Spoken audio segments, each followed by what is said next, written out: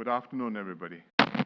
I'm very glad to host Prime Minister Datuk Seri Anwar Ibrahim and his delegation for the Singapore-Malaysia's Leaders Retreat this morning. I've met Prime Minister Anwar many times since he assumed his position, and of course, even more times before that. We are old friends for many years, but this is our first Leaders Retreat together. It's the 10th Leaders Retreat between Singapore and Malaysia, and the first since the COVID pandemic. So this is an important milestone, which reflects the continued importance we place on bilateral ties and on both countries working together positively to benefit our peoples.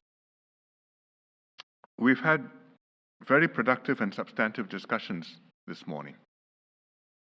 Singapore and Malaysia's relations are strong, particularly on the economic front. We are each other's second largest trading partner.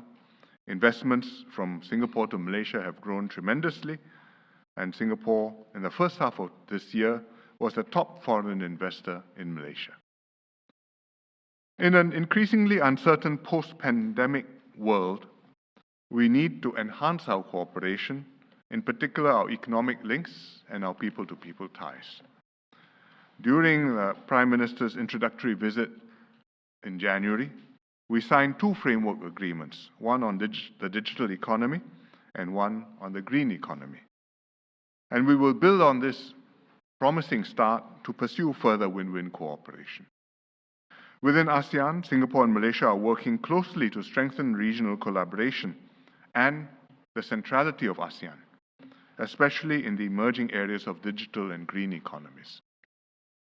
Bilaterally, we have a full agenda of cooperation.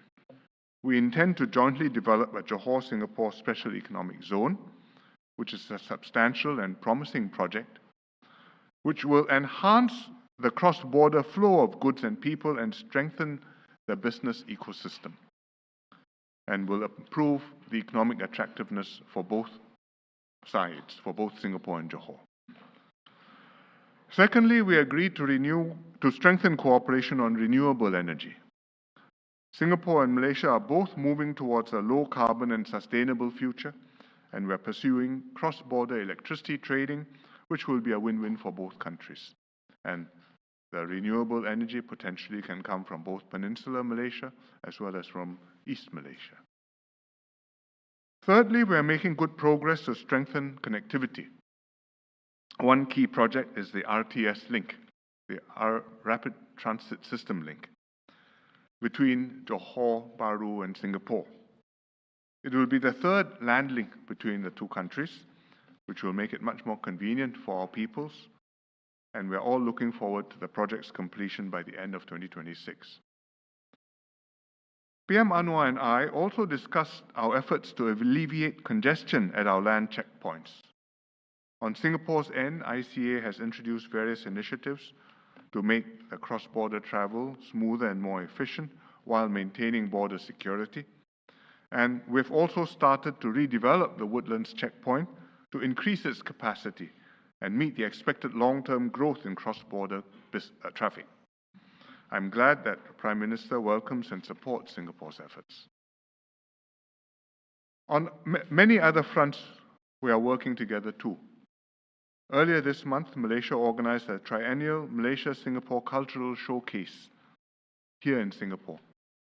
This initiative has deepened the exchange of culture and heritage between our countries, and the economic agencies have signed an MOU to strengthen the collaboration between our SMEs and to update the Malaysia-Singapore Business Development Fund to support joint test bedding and pilot projects by our enterprises in third countries, in areas like the green and digital economies.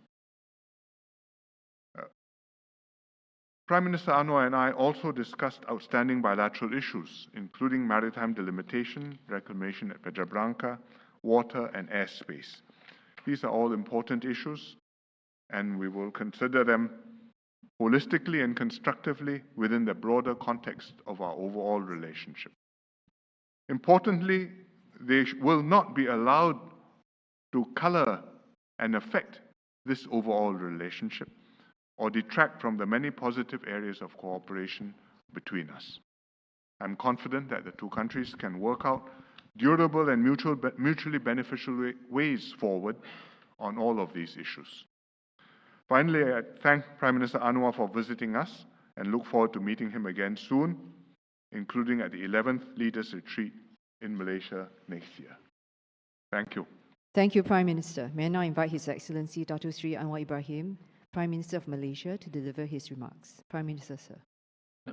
Terima kasih Perdana Menteri Sian Loong dan para Menteri Premier dan bagi pihak Malaysia saya ucapkan setinggi penghargaan terima kasih kerana layanan istimewa di antara dua negara sahabat dan alhamdulillah kita dapat putuskan beberapa isu yang tergantung sekian lama dengan cara yang lebih akrab sebagai dua negara sahabat yang sangat bergantung di antara satu sama lain. So let me thank Prime Minister Sian Loong for the candor, the assistance, the friendship shown, and my colleagues will certainly share with me in expressing their gratitude and also appreciation for the fact that many of these issues are able to be resolved amicably or towards the end because of your kind interest and leadership and support to our endeavor.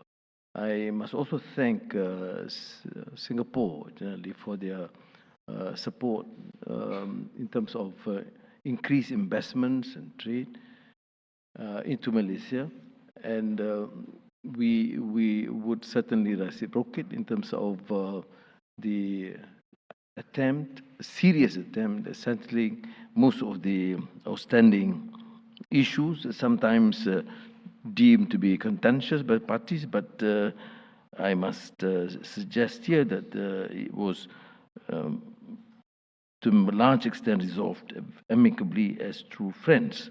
And I wouldn't repeat the issues that mentioned by Prime Minister Sian Loong because naturally we have discussed this at length quite a number of times. You know, Prime Minister Sian Loong is known to be a workaholic. Every time he pulls me aside in any multilateral meetings, it will be just serious discussions, 1, 2, 3, 4. Then only he will ask about Azizah and the family. But let me say this: issues like airspace, FIR, the parameters are quite agreed upon, and this is to me a remarkable feat in terms of both bilateral relations. Issues that has been outstanding and not seriously discussed and not attempt to be resolved. So I must thank also my team and the Singapore team for looking at it in a comprehensive manner. I've always suggested that we should not take any issue in isolation and look at the whole bilateral setup and the interest to resolve the FIR issue. And even water, which has been long outstanding. Our position is clear that we have to honor the commitment and supply water from Johor to Singapore. And to that end, we will have to work jointly to ensure that Johor would be able to enhance the capacity through Johor River to supply both for Johor needs, which is also expanding, betul-betul besar here, and for Singapore. And I think instead of focusing purely on price mechanism, we should also look at the possibility of Singapore participating in a joint effort, both in terms of study, which can be conducted immediately, and also in terms of management of Johor River, with particularly with Johor State. And on the renewable energy, of course, there'll be commitment on the part of Malaysia to supply, because it would be of immense help. That is the reason, one of the reasons why you have increased investments into Malaysia, including data centers being set up, and our commitment to accelerate the proposal by Sarawak to export energy to Indonesia and, in this case, to Singapore, which we have agreed. Now, and on Batu Putih maritime boundary delimitation,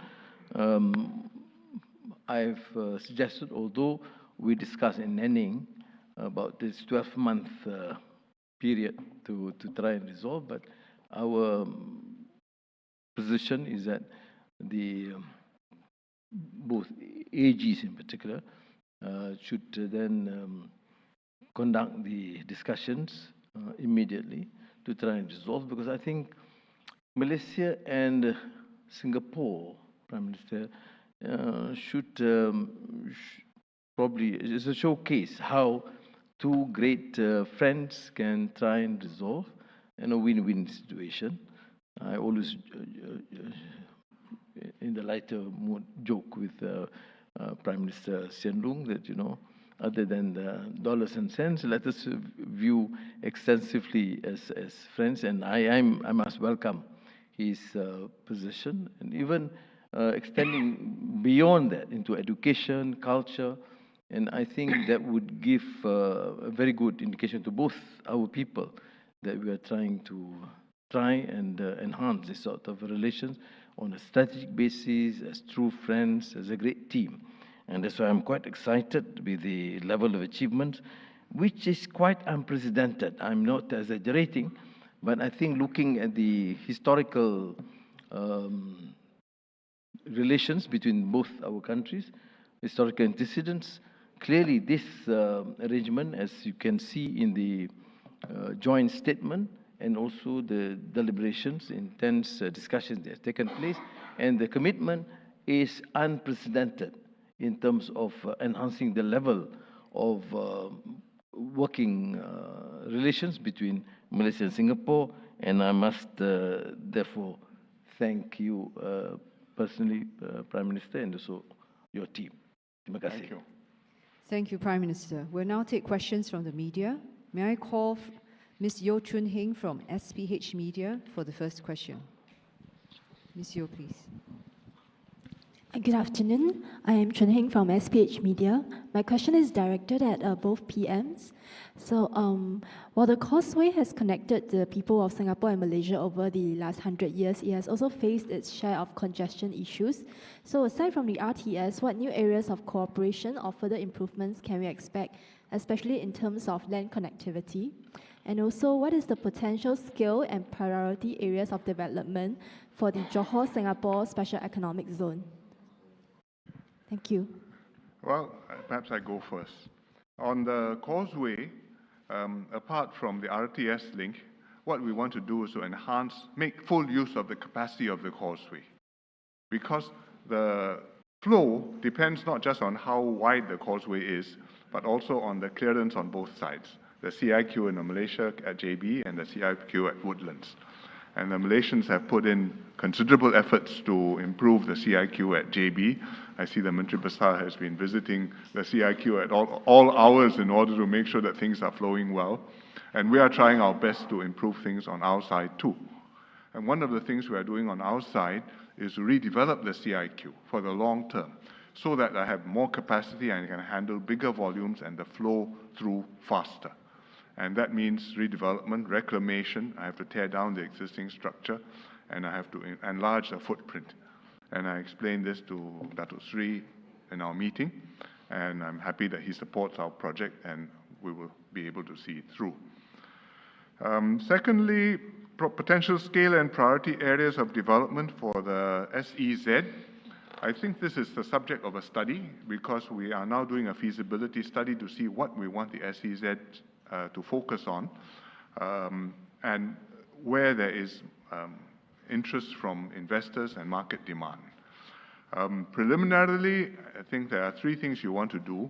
One, improve the flow of goods between the two sides, because SEZ means special economic zone. It may mean special tax arrangements and bonded warehouses and therefore more easy border flows. Secondly, easier arrangements for flow of people who have to work on both sides of the causeway. And they can go in and go out and then the companies in the SEZ, the investor companies, will be able to get the personnel they need and the right mix of professionals, skilled workers, and other general workers. And then thirdly, for the SEZ to enhance the ecosystem of the Iskandar development region, as well as of Singapore. Because with an SEZ, it makes something meaningful for Iskandar as a place where investors will be focusing their attention. And it means that for companies in Singapore, they can think of having a presence on both sides and therefore having more flexibility and being able to do things which they couldn't do if they were only in Singapore or only in Johor. So we have great hopes, but first we have to do the feasibility study and we have to negotiate the MOU, and we are hoping to have that done by early next year. But it's a lot of work, and the MTI and the Ministry of the Economy on the Malaysian side, I think they will have to scramble. But we would like to see it done as soon as we can. I think the causeway is progressing, and I must thank the Home Affairs Ministry in particular, and also Customs, for facilitating the arrangement, because it's causing a huge problem for particularly workers from Malaysia, having to wake up 4 in the morning. But I think that has eased. And Singapore requires woodland, which is presently under Malaysian authorities. And I've said that, we can facilitate the sale so that Singapore can have the facility to then make sure that the arrangement, the flow is made more easily, both from Malaysian workers to Singapore and Singaporeans coming particularly during the weekends into Johor. On the SEZ, as the Prime Minister alluded to, we will try our level best to accelerate the process. We have given a very short timeline to get them to agree on the parameters and sign the MOU by 11th of January.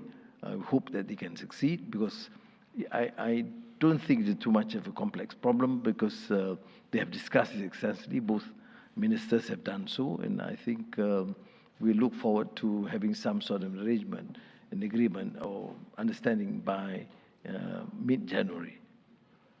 Thank you. The second question from Ms. Masita Ahmad from Bernama. Terima kasih.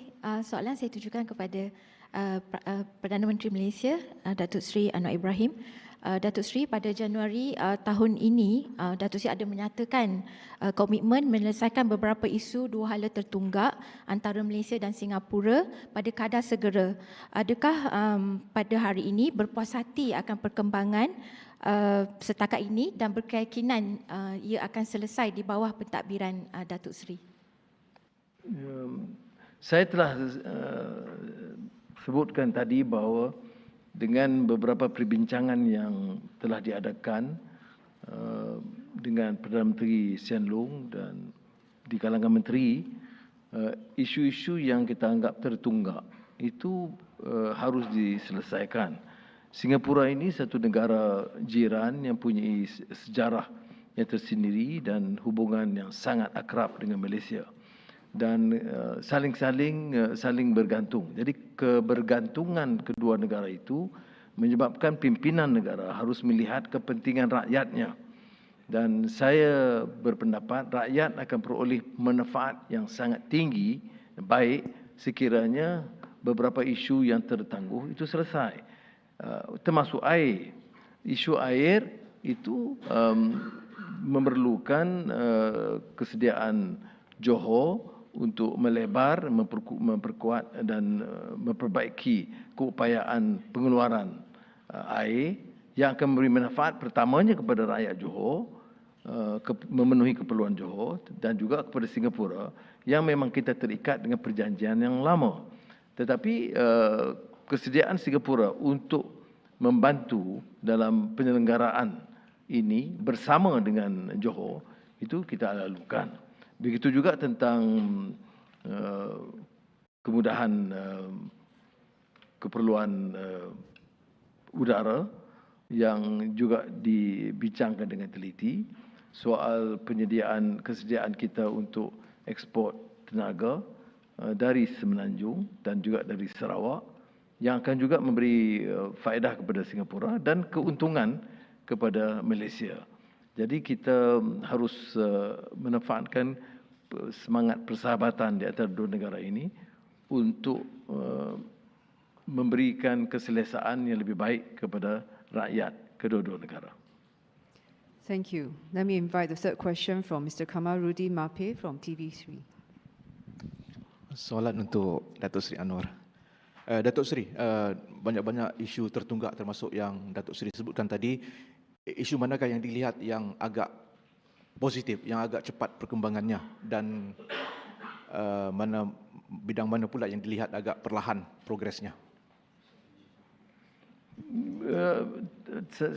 Tentu kita nak dengar daripada Perdana Menteri Sen Lu juga. Tapi bagi saya, isu-isu yang tertangguh lama, termasuk keupayaan udara, penerbangan yang diperlukan di Singapura untuk kegiatan terutama Selandar dan Changi, itu tentu sebagai negara, seluruh negara di dunia itu memberikan laluan. Tetapi kita juga akan memperoleh kemudahan kerana ratusan penerbangan sehari dari Semenanjung ke Sabah, Sarawak dan sebaliknya. Itu juga akan beroleh manfaat kerana memudahkan perjalanan itu bila ada persefahaman dan ini telah tercapai. Saya sebut seperti juga air. Menangguhkan itu tidak memberi keuntungan kepada kita. Menangguhkan itu maknanya harga air itu masih kekal lama. Mempercepatkan itu maknanya ada keupayaan untuk meningkatkan sedikit kos harga air dan juga kesediaan Singapura untuk bersama menyelenggarakan projek di Sungai Johor yang akan memerlukan juga sedikit suntikan keuangan dari Singapura. Jadi bagi saya, hal ini telah kita capai. Malah kita bersetuju supaya Singapura dan Johor boleh menyegerakan kaji selidik untuk melihat keupayaan membesarkan sungai dan pengeluaran kapasiti air di negeri Johor. Tapi ini kita akan bincang bersama dengan kerajaan negeri Johor sebagai contoh. Begitu juga tentang ekspor tenaga dari Semenanjung dan di Sarawak. Itu menguntungkan Semenanjung dan Sarawak, ini menguntungkan negara Malaysia. Jadi saya lihat dari segi ini telah dapat disegerakan. I think these are all important issues to both countries. Some are very long-standing, as Prime Minister has said, and they haven't moved as fast as we would like them to. Sometimes there are reasons why things take time. But the PM and I both would like to move as expeditiously as we can to address these problems and address them from a national point of view, holistically, taking into account the overall relationship and cooperation between our two countries.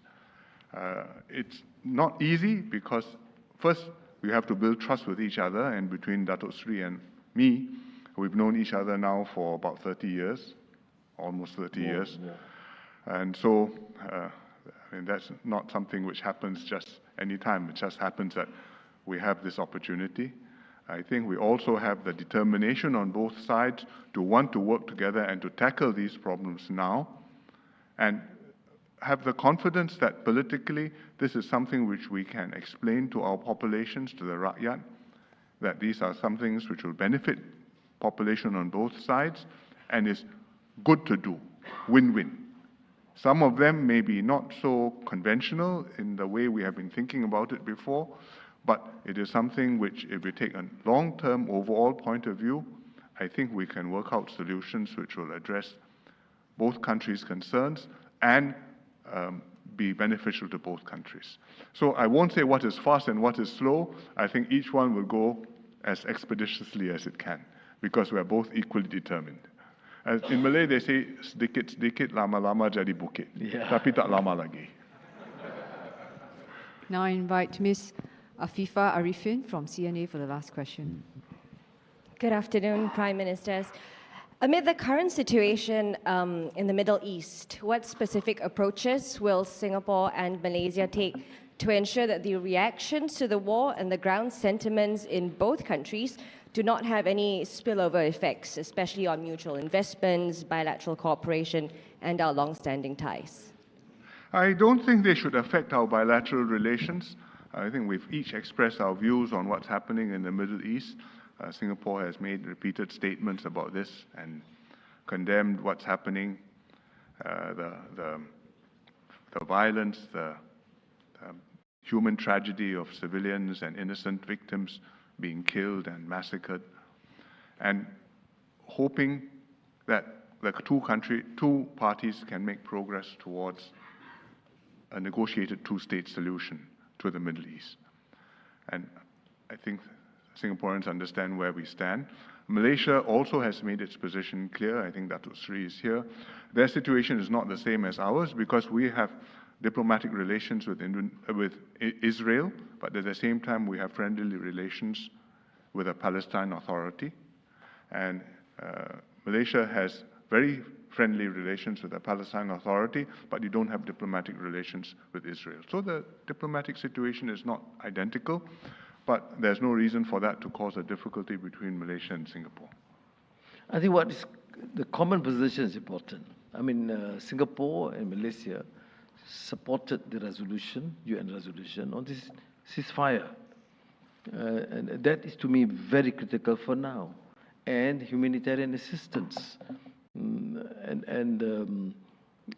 That position is jointly endorsed by both countries and majority of the countries of the world. We take, of course, a much stronger position because, as I've said, the whole issue is not what happened 2 weeks ago, but the issue what we term as politics of dispossession. I mean, countries cannot continue to colonize another part of the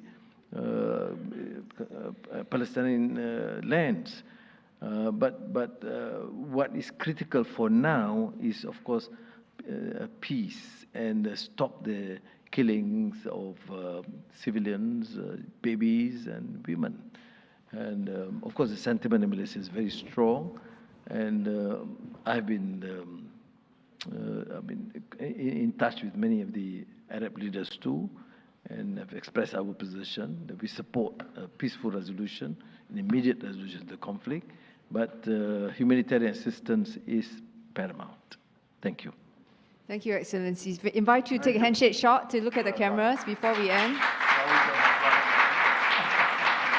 Thank you very much. Terima kasih. We have now come to the end of the joint press conference. Thank you, Excellencies. Ladies and gentlemen, may I invite those who are involved in lunch to proceed to the banquet hall. Thank you very much.